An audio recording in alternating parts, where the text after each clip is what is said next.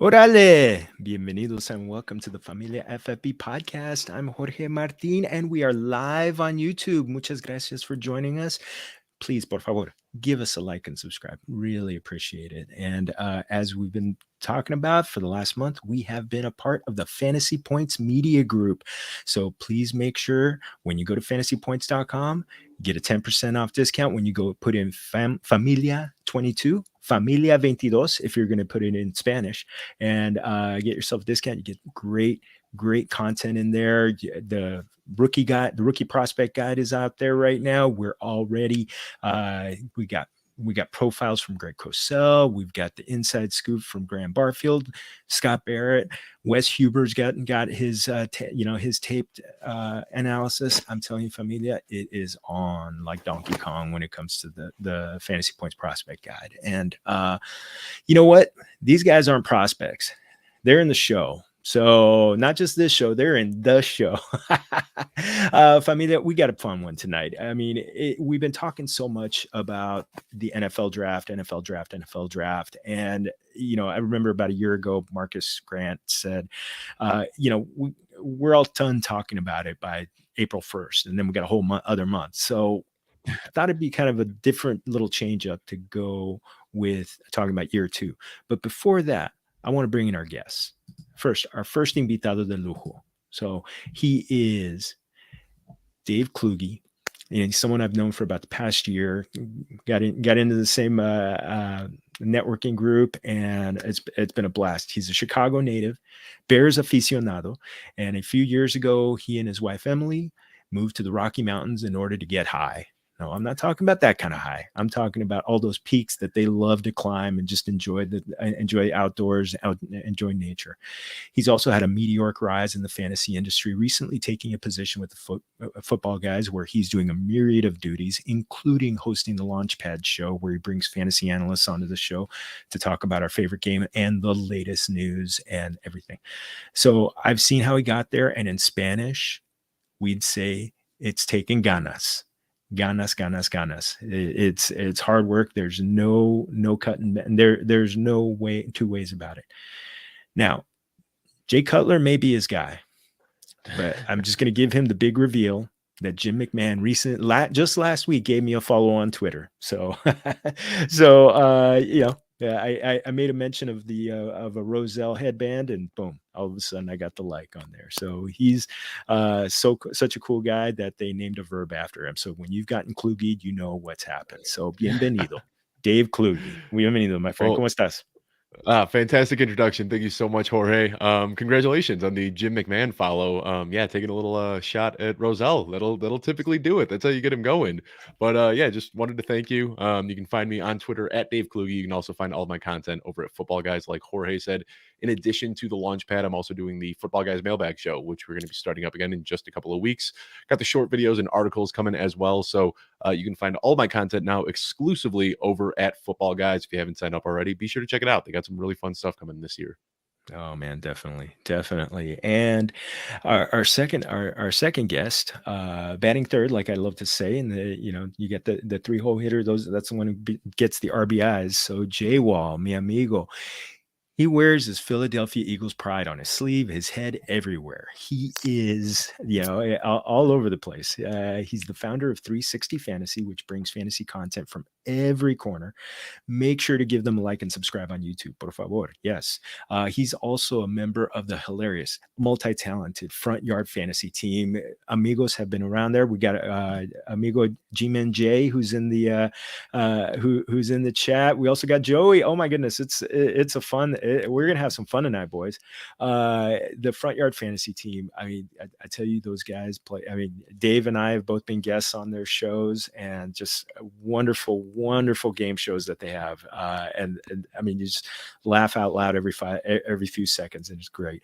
And he's a dual threat because he also does all sorts of graphic work. I mean, Photoshop. He did the thumbnail for our show tonight, so muchas gracias for that. And helping La Familia, up our game visually. And now we'll let him kind of put any truth to the rumor that it was his drawing that became the Philly special statue that's outside the link. So That's me. How'd you know, Jorge? I tell You you, did your research. I've been looking at Twitter lately. So, and he's also asking Nick Foles for a follow. So, Nick Foles, if you're out there watching, give him a follow. Por I love favor. me some Nick Foles. Isn't he on the Bears right now? Bears still? legend. Yeah, there you go. right there. It's just Connection. bringing Philly and Chicago, bringing them together. So, un gran bienvenido to JayWall. Muchas gracias. Thank you for joining me, my friend. Man, thank you so much for having me. I know it's kind of a last second thing, but I felt so honored. I was like, oh, I have to clear my schedule. I have to make them to come on the show with the legend that you are.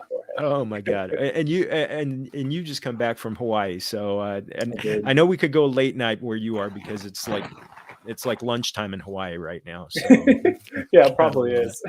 Still body clock time. So, so I wanted to ask you guys a little bit, how, oh, by the way, JayWall, throw out your Twitter handle and where people can find you. Yes. Here, it's JayWall_FF. And I do most of my stuff with Front Yard Fantasy since joining the team. I do have, of course, 360 Fantasy, but definitely FYF is where it's at. It's also Jay, buen amigo. Thank you. Just wanted to say hello to the chat. Dame Overboard, muchas gracias. Mr. Scampers, a Front Yard Fantasy legend. Our favorite chat cat. He always gets he gets he gets the answers before anybody else. Alberto, muchas gracias. Thank you for joining. And the Joey Wright. Haha, thank you. Oh my goodness, this is awesome. This is awesome. Everybody in the chat, please keep having fun out there. Please keep having fun with us. But this offseason, I mean, we're kind of like in that lull. I mean, I talked about it a little bit before. Where everybody's pretty close to being talked out on the NFL draft, and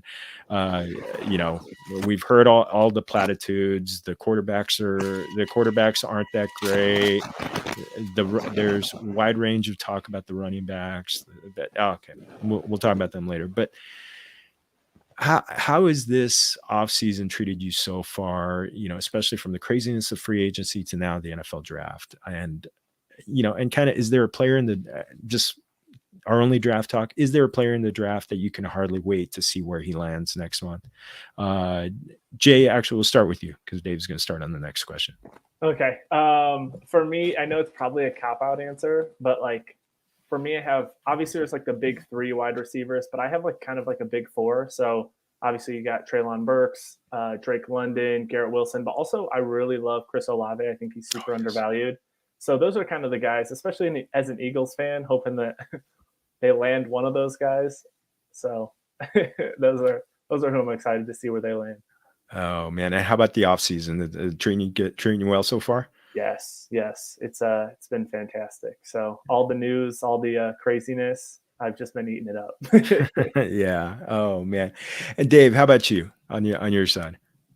Well, the one guy I think I'm most excited about is Malik Willis. I mean, we've just seen this over the last few years now with Patrick Mahomes, Josh Allen, Lamar Jackson, Justin Herbert. These guys coming in with just, incredible athletic attributes and what they're able to do at the NFL level. And I think that's got a lot of NFL GMs really kind of getting excited about what this kid's potential can be. So, as soon as he had his combine where he really impressed there, and then he had his pro day where he threw that 70-yard bomb. Granted, yeah, it was in shorts and a t-shirt, but he showed off his stuff there. And you see him starting to creep up draft boards now. I've already got bets placed for him to go either first or second overall. I'd be shocked if he makes it past the Lions at number 2. I don't think Jared Goff is a long-term answer there. So I'm really, really excited to see where Malik Willis could end up. Being a Bears fan, I don't want him in the division, but at the same time, I think Malik Willis, DeAndre Swift, DJ Chark now, TJ Hawkinson, Amon-Ra St. Brown, they could put together a pretty fun team over there in Detroit. That would just be that would be amazing. I have heard a lot of talk about him going number 2 to the Lions, which would be utterly amazing. Or if somebody jumps, if the Jaguars kind of trade down from number 1 and just get a slew of picks so that they can get maybe still get their guy.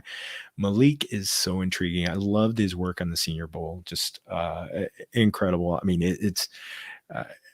it's one of those things where we remember we look at Josh Allen now, but it's easy to forget those bumps in the road that he had his first couple years before he came through. And that, I think maybe some of those are going to be what's going to be happening a little bit, but I love that. One guy that I'm kind of looking forward to is Dameon Pierce.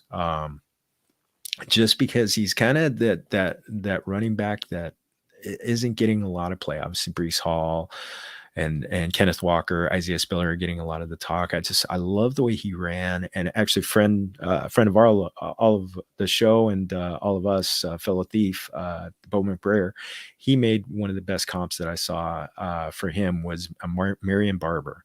Kind of just with the hair and just the way he runs, it looked like it's funny. He runs violently and he doesn't look like he's running fast, but he's still running. He's still getting chunks of yards all over the place. I'd love to see where I hope he lands somewhere where he's kind of at least getting most of the most of most of the looks, most of the touches.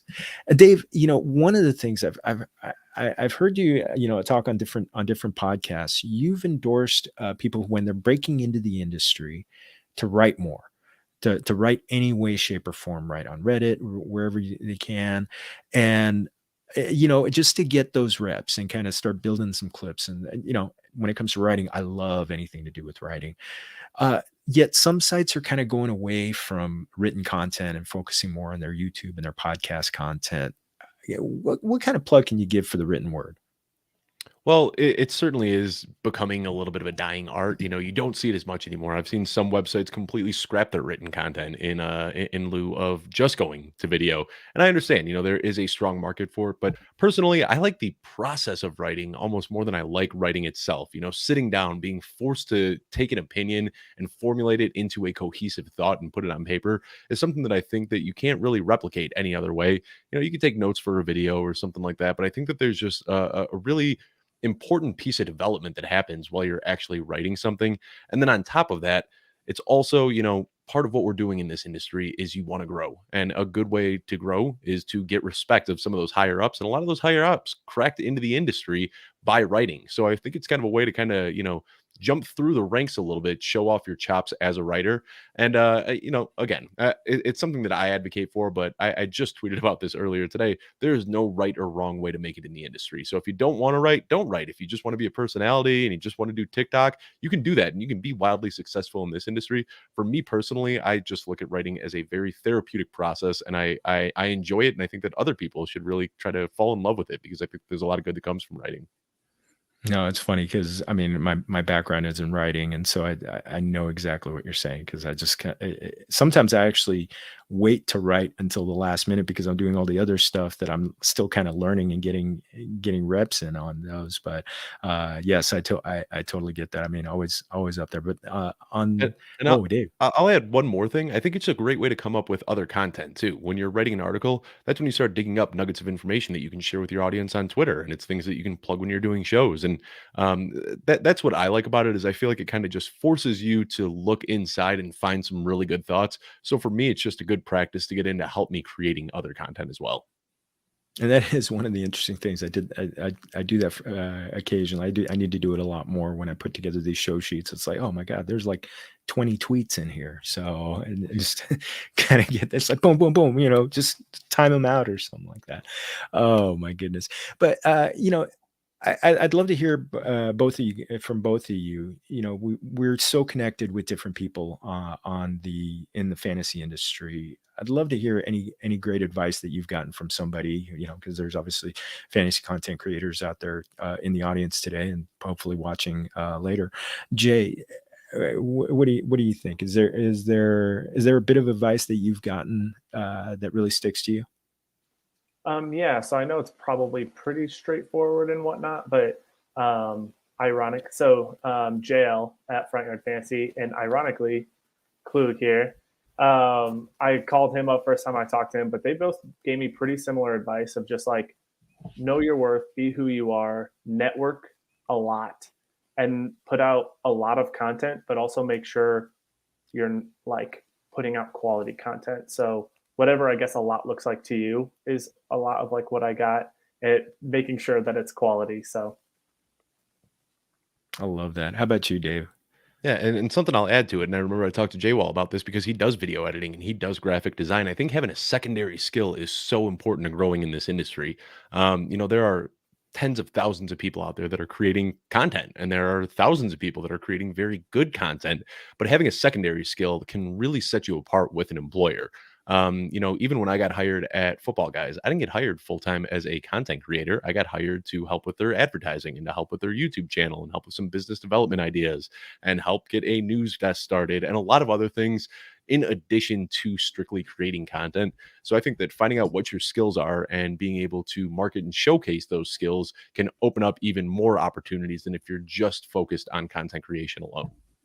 And I'll even bounce off of that a little bit, because when I first got into this space was when I was watching I just fell upon a Roto Heat podcast, and I was listening to them. At the end, they were like, "Hey, we're looking for writers." And so my only interaction for about a year when I first got into the space was writing. And then, they had me do a little bit of video editing. So kind of like what Dave was saying, but I think honestly, like writing has, it's something I'm very proud of, even though I'm not the greatest writer in the world and whatnot, but it's just such a fun kind of thing to have on your resume, in a sense of, hey, like I love to write. I've done it, and I've had this. So just adding to previously what we were talking about with writing. Yeah, and it's still get, you get a bit of a, I still get a charge out of seeing my name at the top of an article. So no matter how many times it'll get published, still get the charge out of it. So love it. Okay. Oh, there is a question in here from the chat. What exactly is a JayWall? And we do have an opinion of what it is. An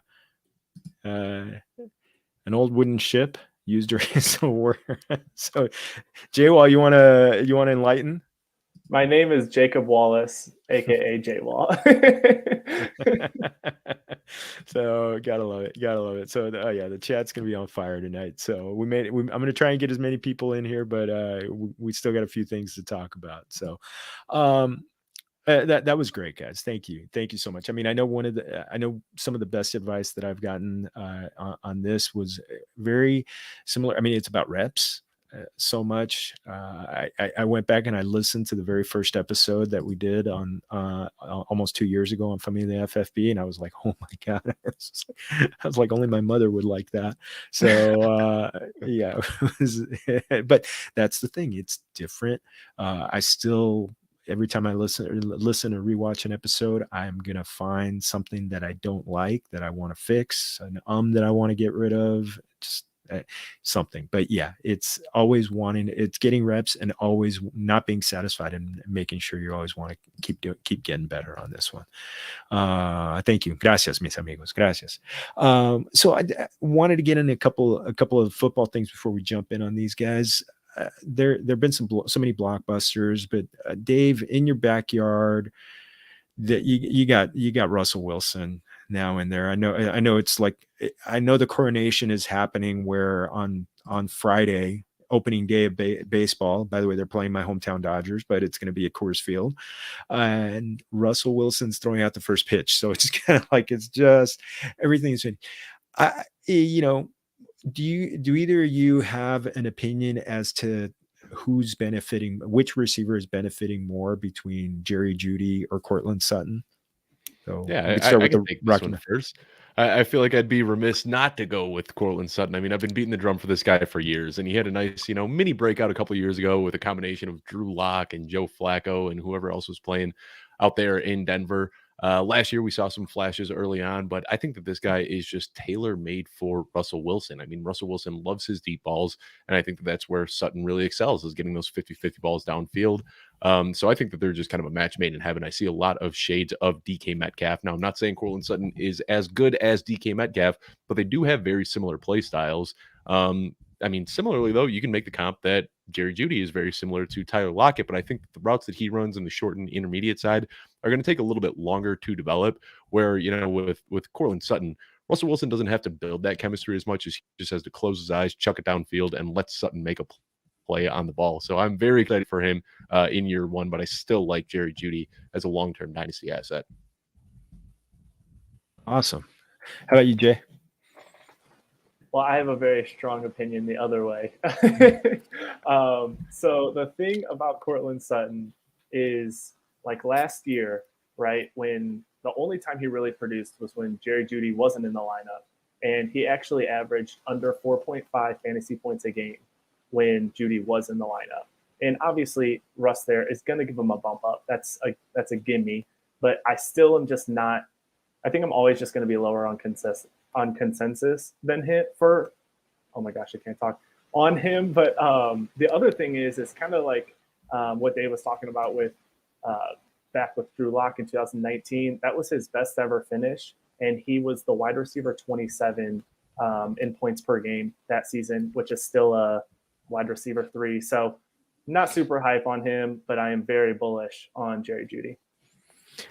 I'm pumped about both of them. I think they're both going to. I mean, obviously, you're going from what the Broncos have had the past couple of years to Russell Wilson, one of the best deep ball throwers. I love the outlook for both of them. I lean a little bit toward Cortland Sutton for 2 reasons. Dave, what you were talking about, just I mean, exactly. I'm going to piggyback off of what you said. I mean, just the ADOT and everything. But the other thing, this is year 2 coming off of the ACL surgery. So it's that full off season of just training and not rehabbing. I had Dr. Edwin Porras on a couple of weeks ago, and we were just kind of talking about that and about the ACL injuries, that the big proliferation of ACL injuries that we had toward the end of last season and all the way up to the Super Bowl. So that's one of the things that by just having that normal off season, I think so many people are excited about Jeudy that I think Sutton's going to be a bargain, a little bit of a bargain. I think that's got me excited about. But I mean, I think both of them are going to be great. It's going to be fun. It's going to be fun. Now, Dave, I want to ask you about a specific question on your Bears. Justin Fields, obviously a whole new coaching staff, defensive-minded head coach, or coming from the defensive coordinator side. But there's the conundrum that was facing the Bengals last year when it came down to, do you get the extra offensive lineman get the tackle, Penei Sewell, or do you get and protect Joe Burrow, or do you get the otherworldly talent of Jamar Chase? Now, I don't think anybody's going to argue about Jamar Chase, but and obviously, but then when you see the near sack that Aaron Donald made on the last play of the Super Bowl, that was of the Bengals, that kind of tells you. But where do you kind of stand on that conundrum? Get him more protection or get him another wide receiver weapon? Well, you made the comp to Joe Burrow and Jamar Chase, and what they had was a connection going back to college. And it just so happens that 2 of the biggest named wide receivers coming into the NFL this season, Garrett Wilson and Chris Olave, they each have that connection from Ohio State with Justin Fields. So I would love that, but unfortunately, the Bears don't have a first-round pick this year. They've got 2 picks in the second that they could possibly package to trade up into the first and get one of those guys. But that's kind of a pipe dream of mine. Realistically, Ryan Poles, the new GM that we just brought in, is an ex-NFL offensive lineman. While he was in Kansas City, they rebuilt that offensive line multiple times. It seemed like every year they would let a big name offensive lineman walk away and the offensive line wouldn't miss a beat. So I think that his best practices are in bringing in good offensive linemen. And I think that that's the way we're going to go. And as much as I'd love a flashy player like Chris Olave or Garrett Wilson, the Bears have never fully committed to building a line. It's always, these little band-aids where we'll put bring in a vet and put him here and then, draft some guy in the 4th round that we're starting at left tackle here. And it's never really worked out for us. So I am excited about the idea of fully committing to rebuilding this line. And we started that last year with Tevin Jenkins, who was unable to play with, his injured back. He only got to play a little bit at the end of the season, and he clearly wasn't up to NFL speed. But we've got him coming back next year, who is, projected first rounder, plus whoever we draft this year. So we're going to have a few new faces on the offensive line. And I think that that's the way that we should really go about this rebuild, rather than just, flashy names that are going to put butts in the seats. And it's funny. It's the interesting parallel because the Bengals also had the left tackle who missed his rookie season, and then I think last year was his 3rd year. So, interesting parallels that way. Well, JayWall, I mean, your Eagles, the Eagles had a big trade this week, and I got to read it out because it's a lot of picks and no names, but the Eagles traded 2 of their 3 first-round picks, the 16 and the 19, for the Saints 18, a first-rounder next year, a 3rd-round pick this year, and a 7th-round pick. There are other picks, but now speaking specifically to the Eagles side, giving up 2 firsts and trading down a little bit, what do you think they're doing, and what do you want to see them do? So I think what I'm seeing is I think they're realistically seeing that the Eagles are not a contending team. Realistically, that we can maybe get to the playoffs, but there's not really a whole bunch. Plus, I know that they're going to go with Hurts this year, but I also think that they're just like almost going like, well, this is your last chance, and then so I think that's also why they got the future pick, is because that's obviously going to have a bunch of quarterbacks in that draft and whatnot, and so to have 2 picks there is huge. I don't think the Saints will be super good, so hopefully that pick will be real nice. And so I think that's kind of what they're doing. And kind of I was looking at a lot of mock drafts. I know we need like secondary help. We need linebackers desperately. I don't know a ton about defense, but I know that for sure, as well as just like needing a QB and needing wide receivers. So I just think that in that range of the mock drafts, we are just seeing a lot of just decent players. And so outside of, maybe a wide receiver that could go there, but at the same time, it's like almost like why pick up a wide receiver when Hurts is averaging, 210 yards a game last season. So like, I think they're trying to balance that of like, okay, let's make our team better, but also we're realistically looking still towards the future. It's interesting to hear you say that you guys need a QB. That's not something you hear a lot of Philadelphia Eagles fans say. You hear it from the outside. A lot of NFL analysts are saying that they need to upgrade, but it seems like most Eagles fans I've talked to are pretty sold on Jalen Hurts. So that's interesting to hear, JayWall. I love Jalen Hurts. I think he's an awesome person. I just don't think he's going to get you anywhere really. He can win you some games for sure, but he's not a game-changing player by any means.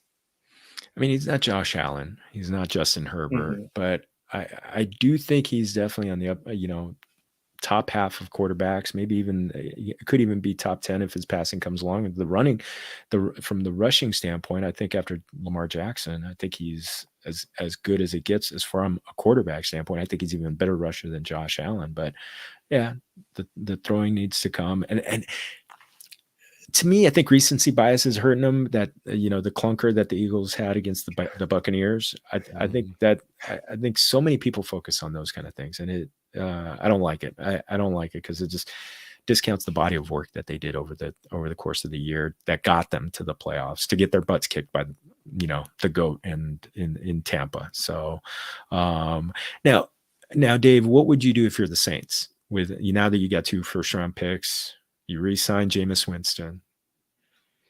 It's kind of interesting because it seems like, the moves from the Saints are that they're pushing for kind of a little bit more win now, where the Eagles are looking at the future. And looking at the Saints roster, I don't know if they're really in win now mode, especially with Jameis Winston. I like him, but I kind of see him as more of a bridge quarterback. I don't have the details off the top of my head, but I believe it was a 2-year deal that they brought Winston back on. So they're finally giving him a little bit more faith than, the 1-year deals that they had been slapping on him. But it's a bit of a head scratching move for me. Like JayWall alluded to, I don't think the Saints are going to do very good next year. So that could end up being a top 5 pick in 2023. And with Bryce Young, CJ Stroud, all these other big names coming into the 2023 draft, you'd think that you'd want to hold on to those like gold, just like every dynasty manager is right now. But for them to trade one of those away, knowing that it could be a high pick, it seems a little bit short-sighted for me on a team that doesn't really have a chance of contention this year. Yeah, I wonder if they feel like they're with that defense, they've got a good line. They've got some playmakers. Maybe Michael Thomas comes back, but yeah, again, it's I don't think you're expecting a deep playoff run, even if they get there. You obviously Atlanta and Carolina are not behemoths, and Tampa is Tampa, so maybe they could sneak in. But yeah, I don't know. I like the trade from JayWall's side a little bit more. So and of course, of those two first round picks, there's the rumor that they might get the quarterback of the future there. And it was Sean Payton so much of a quarterback whisperer that even though it's the same offensive staff behind him, could they maybe grow a Kenny Pickett or a Matt Corral, Sam Howell, one of those guys. I mean, maybe not any of them is going to go in the middle. Maybe one or two is maybe worthy of going in the middle of the draft. So it's gonna be. I mean, gosh, it's gonna be fun. I hope there's more craziness, crazy trades. There's not the franchise quarterbacks in this one, so maybe there won't be as much locura as we'd like to say in Spanish, but to underestimate NFL GMs, I don't think we could ever do that. But a couple of things before we get in, I just wanted to get in a couple of comments. So JayWall, what happens when you're in? It's that warm sensation. So, but one thing, the other G-Man Jay, he does a lot of background work that at FYF that people don't see. So definitely, yeah. But yeah, he doesn't do the background check, so don't get into that. So everybody, oh man, so yeah, gosh, gotta love this. This is too much comedy. So everybody, please keep pumping in the chats. Please keep commenting with one another. This is gonna be a fun one, because it's time to talk about not talk about rookie running backs, but the outstanding year 2 guys that could be coming up. And I've had this theory for quite a while that you want to get that running back in the second year, if maybe they had a late breakout during the season or things kind of opened up for them. I kind of did a little digging around, looking at running backs that have kind of come up a little bit in their time and blown up in their second year. One of the all-time great, if not the greatest running back season of all time, Eric Dickerson, 1984. Shout out to my Rams. 2,105 yards was in year 2. 20 total touchdowns. That was after he only went for 1,800 yards his rookie year. So Terrell Davis barely got past, he took over the job, went for 1,500 yards, 1,538 yards his second year. A couple years later, went for 2,000 yards, but again, year 2 jump. Dave, I went in the Wayback Machine for this one for you, because back to Walter Payton, 1976. He had a kind of middling rookie year, went for 1,390 yards in 13, and then a year later broke the NFL record for the NFL single game record, and then went for 1,852 yards. So again, Emmitt Smith, 1,500 yards his second year. Chris Johnson went for 2,000 yards, one of the few 2,000-yard seasons in his second year. So we get this a lot. And obviously last year's RB1, Jonathan Taylor, 1,811 yards and 18 total touchdowns. Just 18 touchdowns on the ground. Antonio Gibson, he was the RB1. RB10, Antonio Gibson in his year 2, 1,037 rushing yards. DeAndre Swift, Dave, you mentioned him a little bit earlier about the Lions building something there. He went over 1,000 yards and he didn't do a complete season. He was the RB15, and even AJ Dillon. But so there's so much to come through there. And so I wanted to take a look at 6 running backs that are going into year 2. And it's either a combination of their performance last year. Maybe they had a little bit of breakout. They had the draft capital. Maybe they had a bit of both, but looking at the compelling players for this year. So I wanted to start off with Najee Harris, drafted number 1 over, and he was the only first round running back last year, number 24 overall. He's coming out with the Dynasty expert consensus ranking. Yes, Spanish is my first language, but English is the second. So sometimes words get funny. But he was he's the RB2 in ECR last year. He was the RB3. Now, Dave, going into the season, this is a guy who had over 300 just carries, almost 300, over 380 total touches. What's your excitement level when it comes to Najee Harris and what the opportunity he has in front of him? Oh man, I'm pretty lukewarm on Najee Harris, unfortunately. You got to be excited about the volume, because the volume is going to be there. There's nobody else on this team that is going to siphon touches away from him. But I think this is going to be a pretty anemic offense. I don't expect them to get in the red zone a lot. And the biggest thing that Najee Harris had going for him last year was his work in the passing game. He saw 94 targets which was tied for the most in the NFL and also the 6th most by a rookie in NFL history. And he is not going to see that with Mitch Trubisky. Now, a lot of people are so quick to point out, oh, but what about Tariq Cohen? And Tariq Cohen, yes, he was a target monster when he was in Chicago, but he played a very different role than Najee Harris. Najee Harris is your typical guy that's lining up in the backfield. Tariq Cohen took almost 30% of his snaps out of the slot. He also ran a lot of wheel routes on 3rd down, and that's not what we're going to see Najee Harris doing as much. So I think that you can almost assuredly cut at least 20% of his targets off the top, just because Mitch Trubisky doesn't check down. The last time he was a full-time starter, he checked down 2nd least in the league behind only Carson Wentz. So they're going to drop some plays to get him in space, but if you're banking on 94 targets again last year, which really propped up his fantasy value, I think you're going to be a little bit disappointed.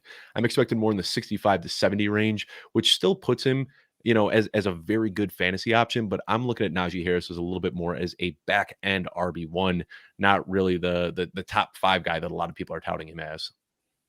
Oh man, JayWall, what are you thinking? Man, I wish I could fight him on this one, but I mean, he just really laid it out really clearly. I know I'm like the biggest DeAndre Swift fan, and I kept wanting to put him over Najee in my like dynasty rankings. And I felt like when Trubisky was there, it was like, all right, this is an easy way to be able to validate that. So I'm definitely with him on that. I'm not as hyped with him, but he's still super talented. He's still going to get points. I see him around, kind of maybe that mid to back half of that RB1 range. Yeah, and I look at him a little bit where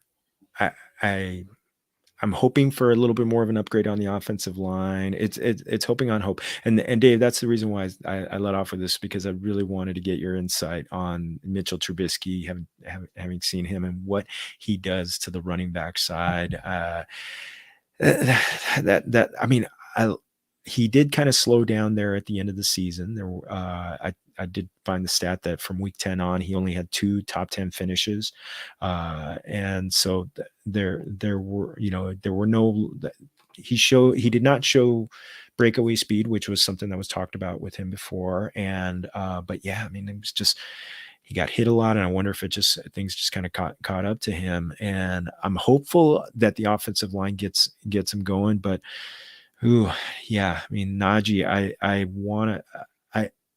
I will say, just for the one thing that gets me excited about him is the pure volume. I keep thinking they gave him the ball so much. He posted 17 games. So I'm like the possibility that he's going to get 15 to 20 carries every game and get some targets. I mean, I'm hoping for the targets, but I'm not expecting 94 again. That's just too much. That's just one last thing I'll point out is, he played a full 17 games last season, but just the way that he plays, he's a violent runner, which is fun, no doubt. But we see it a lot of times with these guys that actively seek contact, like Najee Harris does, can't make it a full 17 games. So that's a little bit concerning as well, just his play style, that it could catch up to him. And like you said, he was putting up solid games, but really it was a very high floor and a very low ceiling. He never had those week winning games, those week winning weeks. It was just, you knew what you were getting. Like you said, 18 to 20 carries, handful of targets, stumbled into the end zone here and there. But I don't think he's ever got that potential to put up a, 200-yard, 3-touchdown game like some of the other big names in the first round can. And one interesting stat that I came up with, he came up with 675 yards after contact, which was number 3 overall. But a lot of that was because the offensive line was letting him get hit a lot. So, maybe he just wore down a little bit. Well, this one's kind of in your backyard, but we're going to start with JayWall on this one. Javonte Williams. I think the excitement level for him is just off the roof. He had that game where Melvin Gordon was out. I believe it was with COVID. And, it was week 13. He went for 102 yards, 76 yards receiving on 6 catches, 1 touchdown. I mean, I think he just broke Twitter that day. Everybody was just going nuts. And I think so many people thought, there's so much excitement for him. Right now he is coming in on the ECR. He's RB5. He's the 107 from the dynasty side, according to Fantasy Pros. JayWall, what's your level of excitement on him for this second rounder who was the number 35 pick in the 2021 draft? Man, Javonte is someone that I drafted, later in a startup last season, one of my main leagues that I pay attention to. And man, it's been so up and down. I've tilted so hard with him because of Melvin Gordon being there, and Melvin Gordon still isn't signed. And I think kind of what I come back to is like valuable touches. And I think that year one, he didn't, I think Melvin Gordon got a lot of those valuable touches. But I think Javonte is going to get those valuable touches, even if they do, bring in someone else. And so kind of like Aaron Jones, AJ Dillon, like Aaron Jones has never been someone who's seen this crazy workload, but he's gotten like all the important touches, all the red zone touches and all that. And that's what's made him super great in fantasy. And so I think just going forward, just looking at Javonte and maybe having a more realistic expectation, but also seeing that his workload might not always be a Najee Harris by any means. I don't ever expect that, but he's going to get a lot of important touches. And especially with Russ being there, that offense is going to have a lot more opportunities to score, which, which bodes well for Javonte. Well, Dave, this is kind of your backyard. I mean, they're Colorado's team. I know that I know you're a Bears guy, but I'm sure that plenty of Broncos stuff is seeped into your computer keyboard. But what is it? First off, can you give me an idea what the excitement level is for Javonte, just from a Denver standpoint? Yeah. And first of all, I'd like to say the Broncos were my number two team growing up. I grew up in the mid 90s and I had a poster on my wall with John Elway, Terrell Davis, Ed McCafferty, Shannon Sharp. So the Broncos still have a spot in my heart, even though I grew up in Chicago. They were always my my AFC team. But yeah, I mean, people are hyped about Javonte Williams. Obviously, I don't know how you could watch the guy play last year and not be excited about him. I mean, he is top 10 in almost like every fun running back category, whether you're looking at evaded tackles, juke rate, missed tackles, yards after contact per carry, whatever it is, this guy is going to be top 10 in those efficiency metrics. Like JayWall said, though, Melvin Gordon was a huge thorn in the side last year, and he hasn't re-signed yet, but I fully expect him to come back. And if we thought we saw a timeshare last year, I don't expect that to change. I mean, Nathaniel Hackett, who was over in Green Bay, he was in a frustrating timeshare, or he was creating a frustrating timeshare the entire time he was in Green Bay, whether it was Jamal Williams, Aaron Jones, AJ Dillon, you name it. He really likes deploying a platoon of backs.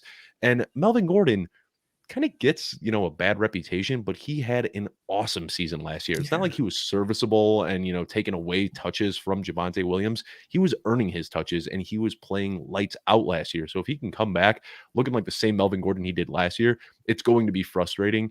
And overall, I think that Melvin Gordon and Javonte Williams are both going to have fine fantasy seasons, but the week-to-week volatility between the two of them is going to be tough to stomach.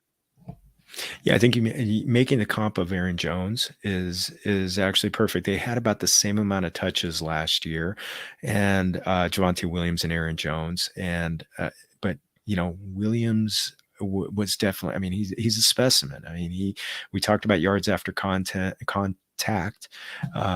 He was number 9 in a timeshare. With 460 yards after contact, but number 1 with 31 broken tackles on the season. So just an absolute beast. He's someone that we want. That I think we're all. I always worry when we're kind of wishing as a fantasy industry something to happen, and we don't. I think so many people were wishing this to happen last year. We were wishing Trey Lance to get a starting gig, and when the coaches just kind of say no, we got a different no, otra idea. So yeah, that is one of those things where it's kind of like that whole projection thing that we got to do. But I mean, right now, if they don't draft another running back in the first 4 rounds. And they obviously don't have a first round pick. So I'm liking the chances that Javonte Williams isn't going to get a lot of competition. I think it's going to get pretty nuts on there. I do have to give a shout out to Dame Overboard. Thank you. Thank you. Thank you. I appreciate it. The Kershaw Stafford article that I wrote back in 2009, that's on my pinned tweet right now. Thank you to the Dodgers again for letting me republish it on familiaffp.com. But I got lucky. I got lucky that I found Kershaw first, and then it just so happened that his good buddy was the first pick in the draft when they both should have been juniors in college. So kind of love that. And Joey Wright said don't sleep on KJ Hamler. So yes, don't sleep on KJ Hamler in baseball. I also see Davis Peng in the chat, and Davis Peng was pumping up Melvin Gordon all off season, and everybody thought he was gonna Peng's picks FF. He was just commenting on it when we were talking about Melvin Gordon, but Melvin Gordon was his guy last off season, and he got so much crap for it, and he deserves credit because Melvin Gordon absolutely smashed his ADP last year. Oh my goodness, we've got some heavy hitters in here. Oh my goodness, JL Garofalo. I am just completely honored and blessed to have so many people in here. El Rey, Troy King, T King mode. Wow, this is amazing. I kind of want to go. I'm gonna have a lot of fun going through the chat on this. He's not talking about me. He's talking about G-Man J. I mean, if you see me laughing at any point, it's because I keep trying to read what's in the chat, and it is hilarious. These guys have made me laugh like 10 different times during the show. Oh my goodness! I'm trying to hold it in too. Buen amigo Bo McBride. No, please, comedy is all, oh my goodness. Miércoles. This is awesome. Thank you, everybody. Oh, we got FYF Josh in the house too. Yep. So it's a front yard kind of night. This is incredible. Thank you. Yeah, please feel free to laugh away. This is we're all about comedy tonight. So any laugh is a good thing. So I love Javonte Williams when it comes to his outlook for this year. I do. Dave, you said it right there. Nathaniel Hackett, he comes from that Shanahan, McVay, LaFleur coaching tree. That the Shanahan be going back to Mike, who won a couple of Super Bowls with Terrell Davis, one of your guys, Dave. So there's so much focus on the run game. It gives me excitement. I'd love to not see a lot of competition for him. So, and I think by August, if he doesn't have competition, I think he may be the 102 when it comes to rankings. So it's gonna be pretty crazy. Muy loco. So oh my goodness, thank you everybody for joining the chat. Muchas gracias. And again, please go to YouTube if you're on YouTube. If you haven't given us a like and subscribe, por favor. Really appreciate it. And yes, Joey, oh hi. And in Spanish, oh hi is hola. So we had Joey and Jay on a couple weeks ago, and they just blew up the chat. So the chat blew up just like this one. So this is awesome. I want to get to Elijah Mitchell on this one. Probably one of the biggest surprises. One of the guys who was very much. I don't know if I'd call him, pretty close to a league winner. If you used up your fab or used an early waiver priority, 6th-round draft pick, number 194 overall. Currently, he's the RB20 in expert consensus rankings on the dynasty side. Went for 963 yards, 5 TDs. Went for another 137 receptions. Not that great, not that big a threat on the receiving side, but he had 515 yards after contact last year. So, and he's running behind an offensive line that's ranked number 3. You got Trent Williams, a road grader like there. A lot to like there. And this is the Shanahan offense that's going to emphasize the running game. He had his last 7 games before the NFC Championship game. He had at least 20 touches. Missed 5 games in there, but Dave, is RB20 coming in, on the dynasty side? Is that feeling a little light? Well, I think on dynasty that's pretty good, just because we know how Shanahan is, and I think that's the worrisome thing is it's really tough to predict what he's going to be doing, tomorrow afternoon, let alone years down the road from now. But I think from a redraft standpoint, unless they go out and they draft an absolute burner this year, I think that Elijah Mitchell is pretty safe. I've got him as my RB12 right now in redraft rankings. And really, I think that we shouldn't be as surprised that he took over. Everybody was beating the drum for Trey Sermon, but if there's one thing that we have consistently seen that we want from a running back in a Shanahan offense, it's pure speed. Whether it was Matt Breida or Raheem Mostert, they want to get the ball to a guy that has pure speed in that zone blocking scheme. They want to get outside, they want to find that crease, and they want to hit it as hard and fast as possible and then break away on the big plays. And Raheem Mostert and Matt Breida were the two obvious choices. So everybody got really excited about Trey Sermon, but Trey Sermon doesn't have that top end speed. And in hindsight, we should have realized that Mitchell was better fit for this offense. And I think learning what we did from last year, we can kind of see the writing on the wall with Miami right now with Raheem Mostert there.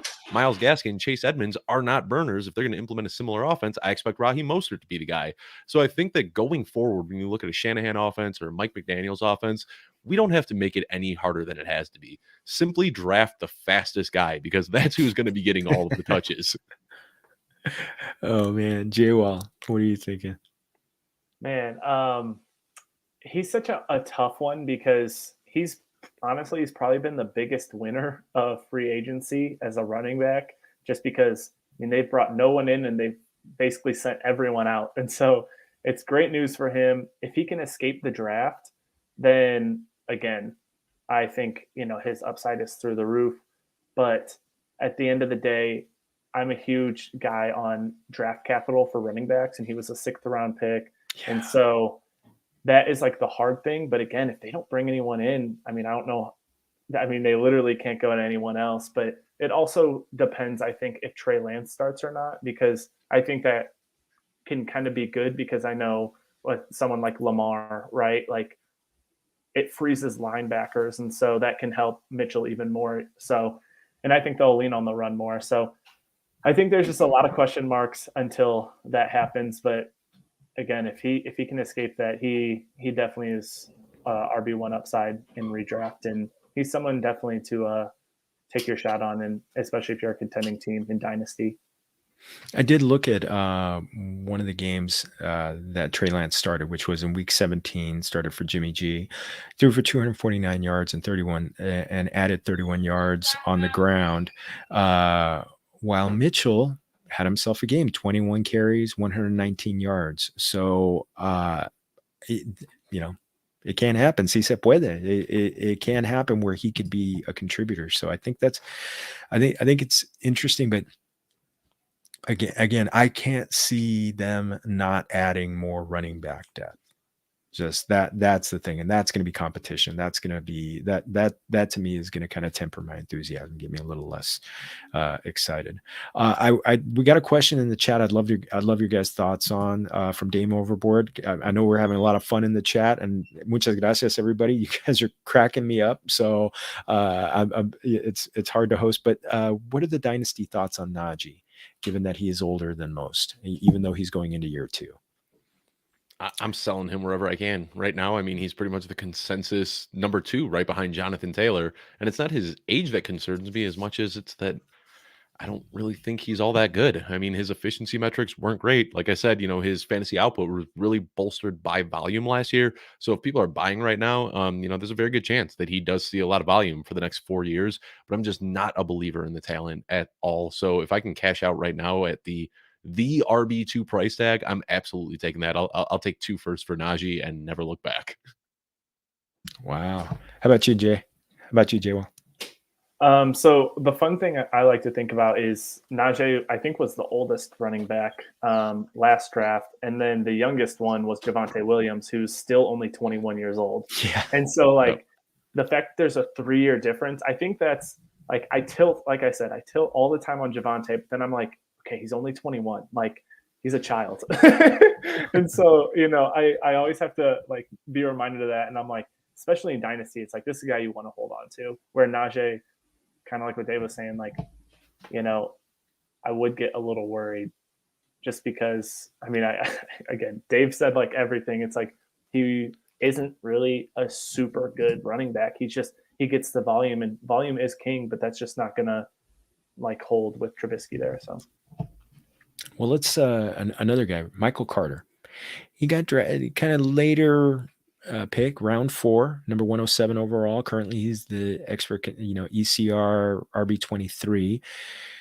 Had a mini breakout there kind of middle of the season where he almost got to 1,000 yards total, played in 14 games, missed a few games. I believe it was an ankle injury, where he had a breakout. I believe it was week 8. And then, he had a few games there where he was just, I'm looking at from after the week 6 bye. These were his touches: 19, 24, 14, and 20. And then he injured his ankle. He missed a few games. And then he just, I don't think he was right after that because he didn't have a finish higher than RB17 in his last 4 games of the season. And that ending was with Zach Wilson. So there are some questions because some of his biggest games were while Wilson was battling an injury. JayWall, I mean, right now his only competition is Tevin Coleman, and this is a team that's in a rebuild. Could you see him in kind of like that Austin Eckler, Alvin Kamara role where it's a guy who gets 175 to 200 carries and maybe gets, maybe 70, maybe close to 100 targets. I don't know about 100 targets, but maybe like, somewhere in the 70 to 80 target range out of the backfield. Is this the kind of guy we could be looking at here? Yeah, I personally don't think he has the upside of someone like Eckler or Kamara. I will say he definitely pleasantly surprised me. Another guy who went later in the NFL draft last season than I think what fantasy like football analysts and players were expecting. And so I was definitely kind of off of him. I had him in a similar range as Trey Sermon. I was kind of like pick your poison. But honestly, this offseason, he's definitely grown on me a lot. I am one of the biggest Zach Wilson haters. And so I just think he brings everyone down. But for some reason, I feel like I've had this growing love for Michael Carter. And so I don't think he's necessarily the safest back when it comes to dynasty, just, again, them maybe bringing someone in the future. But I really do like him for next year. And I think that he's a guy who I genuinely, I think he has that RB2 upside. But the fact of the matter is the Jets were super young last year and there's just a ton of growing pains. So I think having a whole nother offseason, I just think that's going to help the offense as a whole, even though I hate Zach Wilson. Could a step forward, Dave, could a step forward from Zach Wilson? I mean, where do you stand on Zach Wilson and kind of and how that's going to impact Michael Carter? Yeah, if only we could have Mike White throwing 14 targets a game to him, right? Then we'd have ourselves an RB1 here. But no, I just can't really buy into Michael Carter all that much. I think he's a very good football player, but I don't think that he is ever really going to take on that third down role like he talked about with comps to Eckler and Kamara. I don't think that he has that skills. He's a very bouncy guy, but he can't really get it done between the tackles the way that Eckler and Kamara can. So I'm not really buying into him at that. I think that right now his price is a little bit overinflated, and I fully expect the Jets to draft a running back this year, whether it's Kenneth Walker, Elijah Spiller, maybe even Breece Hall if he drops to them in the second round. But I just don't think that Carter is going to come out of the draft unscathed. So I'd be trying to trade him before the draft because I would be shocked if the Jets go into next season with Michael Carter and Tevin Coleman and LaMichael Pirine in their running back room. They're definitely going to add to that in just a couple weeks. Yeah, I totally see that. They've got so many picks in the first 3 rounds that I think they're going to be grabbing some guys. Not in the first round, but I could definitely see some guys falling off the board when the second and third round, when so many of these running backs are going to be coming off the board. I could see them grabbing a banger. Actually, Dameon Pierce might be a guy that might be interesting, who could be going in like the second or third round to them. But yeah, definitely a guy who's going to complement him. I mean, maybe he's going to be more of a third down back, occasionally getting some carries here, maybe not even as much as DeAndre Swift. Wanted to give a shout out to amigo Bo McBrayer because Mr. Scampers just used taco season. So and Bo said That's noise. So yes. So I had hair before I had the taco season for the first time. So no, the hot sauce, no, but muy caliente, muy caliente. Love it. So I wanted to, we got a couple more that we're going to kind of go through. We're getting close to an hour and try not to get go too overtime on that one. But Ramondre Stevenson, 4th round pick. He went number 120 overall. You know, he's right now number 34 on expert consensus rankings, just ahead of James Robinson. Had a little bit of a breakout there, mini breakout. Obviously, he shared carries a lot with Damian Harris on the season. Considering how the Patriots use their running backs, where it's always going to be multiple guys getting on there, Dave, what do you? Is he a guy? Is this a guy who you want as like your 2nd or 3rd running back on your roster? Yeah, I love Ramondre Stevenson. I've been drafting him in almost all of my startups this year.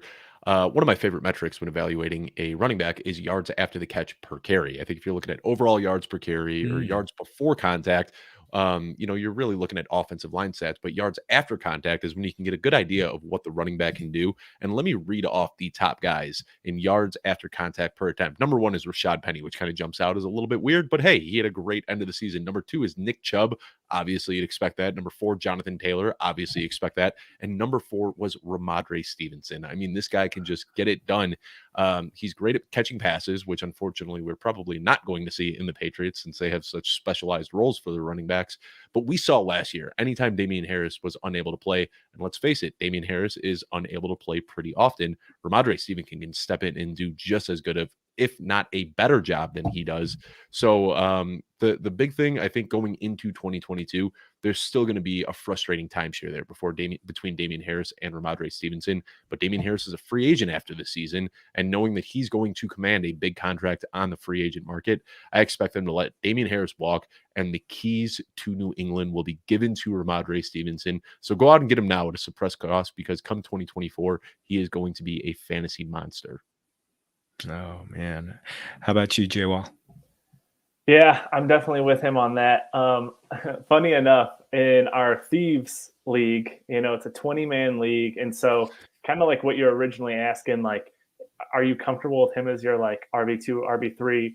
My answer is no, I'm not comfortable, but I just did trade for Ramondre Stevenson. So he is my RB2. My RB1 is Elijah Mitchell, ironically enough. But yeah, I just think Ramondre is someone who I think Damian Harris is overrated, and I think Ramondre Stevenson is underrated. And so Dave's not a fan of that, but just for fantasy purposes, I think Damian Harris is a really good actual NFL player. But the fact that he like doesn't catch passes, or I feel like, I don't know, personally, just not a fan. But I love Ramondre Stevenson. I love watching him play, and yeah, he's just someone who just like produces. Like he didn't get a lot of touches, but when he did, like he did well. And so I know when Damian Harris was out, he balled out. And so I think he's one of like the top, backup running backs. I mean, if you even can call him a backup, I don't know if he's like the 1A, 1B kind of thing, but yeah, I'm a big fan of the Rhino, going forward.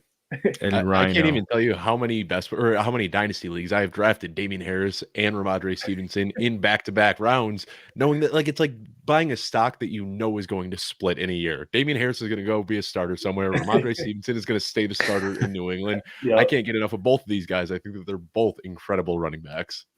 And I think they're both going to be getting about 10 carries, about double-digit carries a game, and it's just they're both going to be contributors. It's going to be a really good timeshare. I think that, and especially considering the fact the way the Patriots use their running backs, even with Josh McDaniels moving on, I think there's going to be some continuity of just philosophy that's going to happen. But and like in true Patriot fashion, we're not going to know who's going to go off on a given week. So just do like Dave, grab them both. So, yep.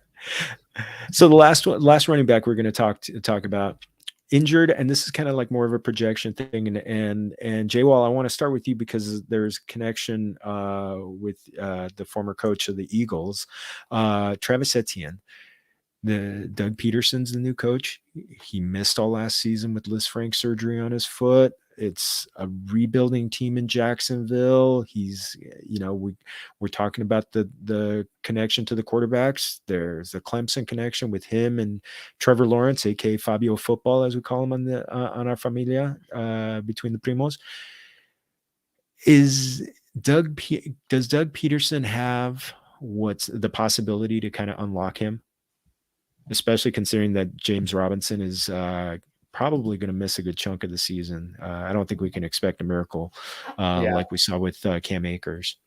Yeah. So ironically enough, I just recorded my mock draft review for Front Yard Fantasy, and I destroyed someone for taking Damian Harris over ETN, because I personally think the ETN is that new age Austin Eckler, Alvin Kamara. And so he is that guy who, if you're going to put someone in that category, ETN is that for me.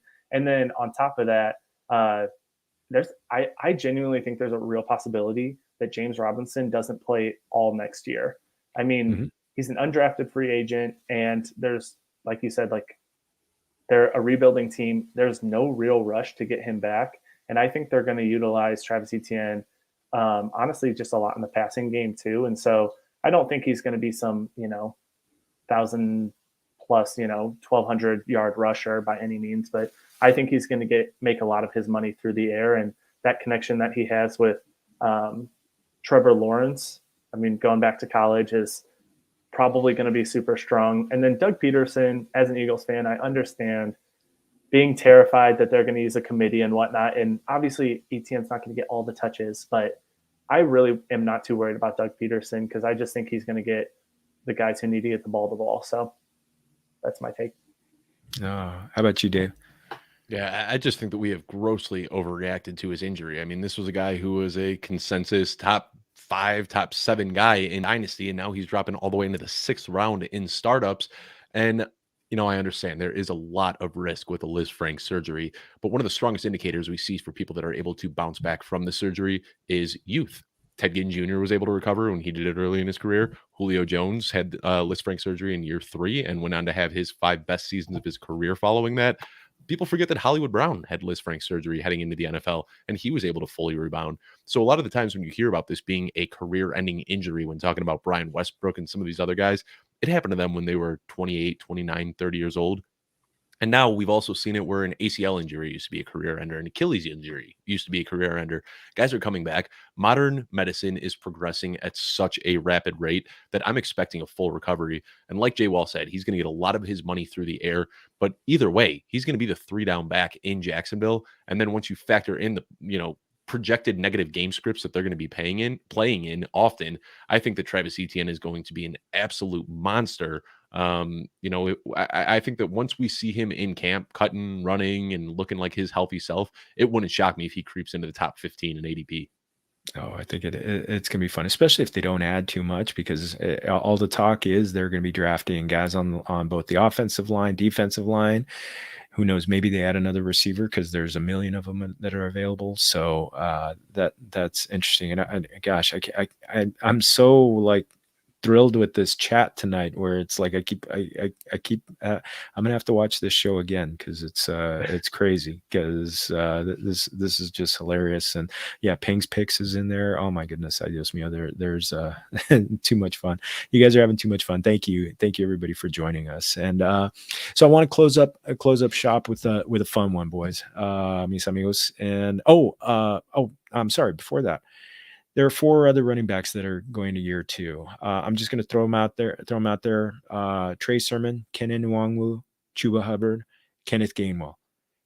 Any hope for them? Kenny.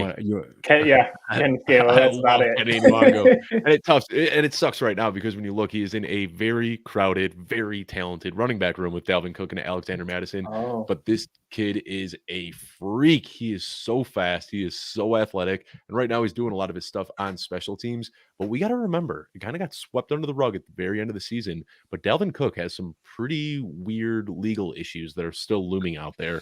And, that if he is, looking at some sort of suspension, Kenny Nwangwu instantly becomes one of the most valuable handcuffs in fantasy football, much like Alexander Madison is right now. So he might struggle to get on the field, but if he gets out there, he is going to be a stud. Oh man, I agree. And I think Trey Sermon took a big step back, and and Chuba Hubbard, they just added someone in free agency. So yeah, Deontay Foreman, right? Yep. Yeah. So I think he's going to be the RB3 there. So yeah, everybody's, and Kenneth Gainwell. I do like me some Kenny Gainwell, I will say. But it's still Miles Sanders there who's going to be the main guy. Yeah. And did I just see correctly? Boston Scott is back. Scott, yep, the two-sport athlete. El Boston. Professional gaming and and football. So gotta love it. Yeah, and Bo, you wanted más español? Los Dodgers van a ganar la Serie Mundial. So, or Duck the Fodgers, as he likes to say. So, which is one of my favorite San Francisco Giants fans. So, fun question to close up shop. Dave, I'm going to start with you on this one. You've lived in Chicago, one of the greatest eating cities in the world. Now you're in Colorado, which has a sizable Mexican population that should bring plenty of Mexican food options.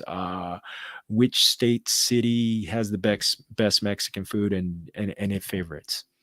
This is a great question because when people always ask, what's the thing you miss most about Chicago? And I always say the food because, what was great about Chicago, the neighborhood I lived in, you can get Mediterranean, Korean, Mexican, Japanese, all on the same exact block. Like, I wouldn't have to walk more than a block away from my apartment. But the one big difference in Colorado is the Mexican food. The Mexican food here blows away anything I ever had in Chicago. One of my favorite foods to eat are chili rellenos. And my wife and I, we are both obsessed with chili relleno. We have had it at just about every single restaurant in town. But one of our biggest activities that we like doing out here is hiking. And we have a place right down the street from us, Pueblo Viejo. And every single time we finish a big hike, we go straight to Pueblo Viejo, chili rellenos, chimichangas, beans, rice, everything. We just eat until we can't even move. So the Mexican food out here in Fort Collins is phenomenal.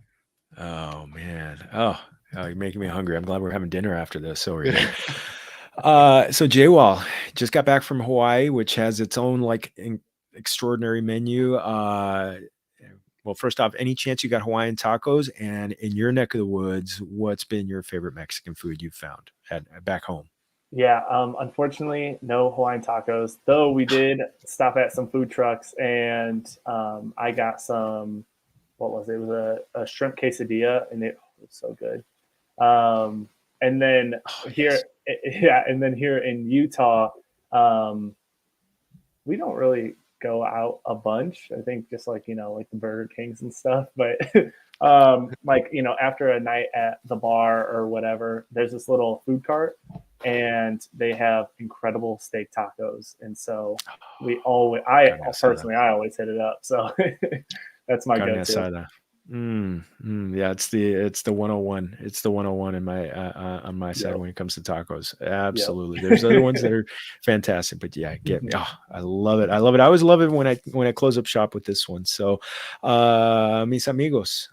First off, I'm gonna do a quick plug right here. Throwing this into the chat real quick. And I'll do that. Oh, by the way, Joey, you mentioned what was on my wall when I was a kid. It was Dusty Baker and Christy Brinkley and Farrah Fawcett. They took turns. So yes, I'm a little bit older. So, but I'm proud of that. I'm proud of my friends. So gotta love it. And let me throw this one real quick. Where is that? Wow, there's so much good stuff going on. Yes, everybody, fantasypoints.com. Familia 22, 10% off. Let's close up shop. Dave, start us up. I know you dropped it at the beginning, and please make sure to feel free to give a shout out to your wife. Yeah, of course. My wife, she has been staying busy working lately. Anybody that has watched my shows before has probably heard me talk about it. She is an amazing baker, makes some of the best pies I've ever had in my life. I didn't even like pies until she started baking them. They are literally that good. But you can find me on Twitter at Dave Kluge. That's Kluge. And you can find all of my written and video content over at footballguys.com and youtube.com/footballguys. So check that out because we have really beefed up the content in the last couple months, and we're just going to keep ramping up until week 1. Awesome. JayWall. Yes, so kind of like what I mentioned earlier with my mock draft review, I do those every single week. They come out on Thursdays at noon Eastern time, and so I always put those out. I know tomorrow I'm going to be on the Front Yard Fantasy Show again, so come check that out. And yeah, I mean, fantasy football is the best. Yeah, Familia, yeah, everybody who's in the, so many people in the chat were just had themselves a great time. Had themselves a great time. Please make sure to find the Front Yard Fantasy. Again, otra vez, I can't thank everybody enough. I've had to suppress a laugh so many times reading the chat to kind of stay in character as the host. But otra vez, you can find me at Jorge Martin 17 on Twitter, and also I put out all our content out that way. Again, YouTube, give us a like and subscribe, Familia FFB, and just go to Facebook, Twitter, Instagram, Familia FFB, and also original content at familiaffb.com. I'm doing a little bit of a fix on the website, just a little maintenance on the website. It's going to be coming up. Coming up brand new, just as good as new in the next couple of days. But otra vez, mis amigos, thank you again. Everybody in the chat, thank you again. This is going to be so much fun to relive. And remember, everybody, todos somos familia. Salud.